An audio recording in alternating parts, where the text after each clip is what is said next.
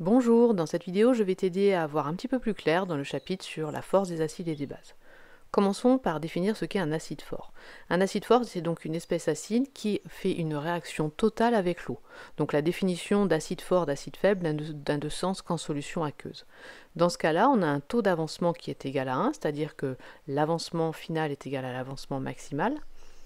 Donc si tu mets une espèce acide notée AH dans un bécher rempli d'eau, dans l'état final, tu n'auras que 3 espèces, la base du couple, A-, les ions oxonium H3O+, et bien sûr le solvant, les molécules d'eau. Si maintenant on veut définir un acide faible, eh bien un acide faible fait une transformation chimique non totale avec l'eau. Dans ce cas-là, on a un taux d'avancement qui est inférieur à 1, donc l'avancement final est inférieur à l'avancement maximal. Et donc si maintenant tu mets une espèce acide faible dans l'eau, il va y avoir une réaction chimique et dans l'état final, tu auras 4 espèces en solution. Tu auras la base du couple, A-, les ions oxonium, H3O+, le solvant, l'eau, mais encore des espèces acides, AH, puisque la réaction est non totale, l'espèce réactif ici, AH, est encore présente. On définit, tu as dû voir le chapitre sur les équilibres, on définit la constante d'équilibre, comme tu l'as vu dans le précédent chapitre, et cette fois, cette constante d'équilibre, on la note Ka et non Kt, Ka qui veut dire constante d'acidité. Elle est donc définie par le produit des concentrations des produits de la réaction, c'est-à-dire A- fois la concentration de l'ion oxonium, alors avec un petit f pour bien indiquer qu'on est à l'équilibre, donc l'état final, ou alors petit EC qui veut dire équilibre, tu trouves les deux notations le jour du bac, divisé par la concentration de l'espèce acide AH dans l'état final. Alors regardons un petit peu cette constante d'acidité. Plus la concentration des ions A- et H3O+ est importante, plus le Ka est grand.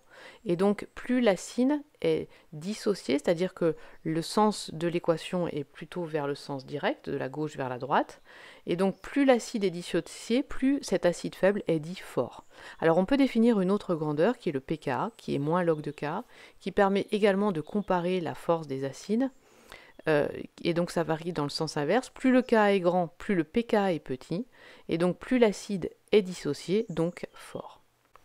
Passons maintenant à la composition de l'état final, c'est-à-dire quand je mets mon espèce acide dans mon bécher rempli d'eau, qu'est-ce que j'ai à la fin comme quantité de chacune des espèces? Alors pour un acide ou une base forte, eh bien c'est assez simple, puisque il suffit de faire un tableau d'avancement. Le réactif limitant est forcément l'acide, puisque l'eau est en excès. Et donc à partir de Xmax, tu vas pouvoir déterminer les quantités de matière de A- et de H3O+.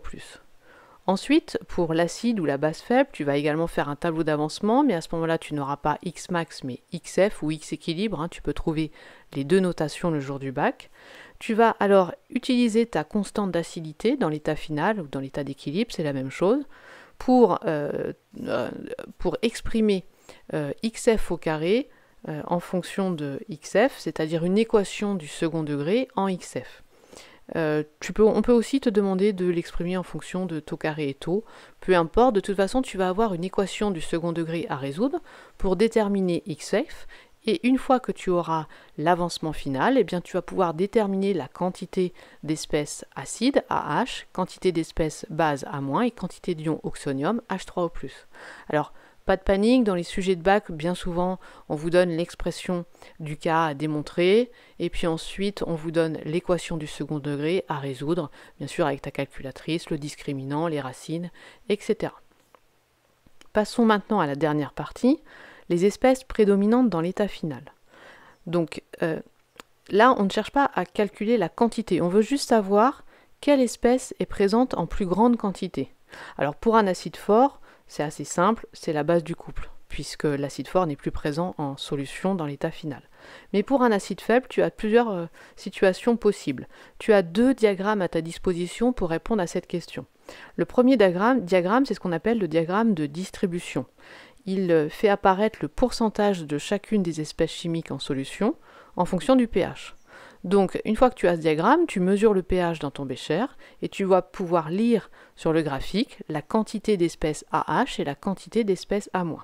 Alors, petite remarque, cela peut se démontrer en exercice, ce n'est pas l'objet de cette vidéo, mais pour pH égale pKa, tu as exactement la même proportion, 50% d'espèces acides AH et 50% d'espèces bases A-. L'autre diagramme, qui est le diagramme de prédominance, qui est en fait une version simplifiée du diagramme de distribution, c'est-à-dire qu'on n'a pas les quantités, on sait juste quelle espèce prédomine. Et ça, ce diagramme, on peut te demander de l'établir, et c'est même quelque chose qu'on demande souvent. Donc tu traces un axe en pH. Pour pH égale pKa, eh bien, la quantité de matière ou la concentration AH est égale à A-. Avant pKa, eh bien, tu as une quantité d'espèces acides plus grande qu'une quantité d'espèces de base, et inversement pour pH plus grand que pKa. Alors attention, cela veut donc dire que lorsque tu as par exemple un pKa de 4, si tu as un pH de 5, ce n'est pas l'espèce acide qui prédomine. Tu as un pH acide, mais tu as une espèce base qui prédomine. Donc il faut bien comprendre cette petite subtilité, ne pas mélanger l'espèce acide et le pH acide et l'espèce qui prédomine. Je te laisse réfléchir à ce que je viens de dire et je te dis à bientôt pour une prochaine vidéo.